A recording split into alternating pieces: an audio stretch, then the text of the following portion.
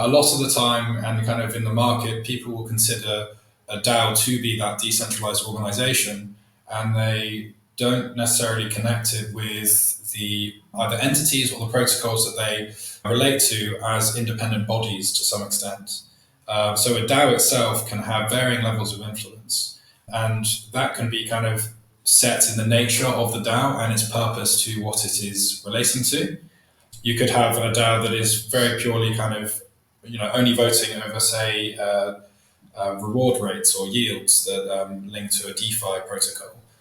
In other DAOs, then they could be completely owning the entire operation of that protocol and the underlying entities. So that's kind of fixed in nature in that sense. And there will be links still, depending on where you are in that scale, with the importance of having governance for those entities or the associated protocols that aren't directly governed by the DAO.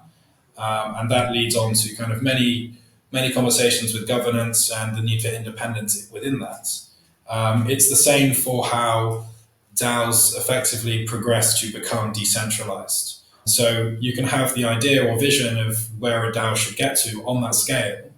In reality, and the DAO starts with a founder having an idea, and eventually they want to renounce ownership to the group of people that are going to be part of that DAO and be voting and influencing based on the kind of nature that's been prescribed to how much influence that DAO will have over the operations of any protocol or entity. So the other way to, the other kind of point within this kind of spectrum is that there is a pathway to progress to that stage of decentralization.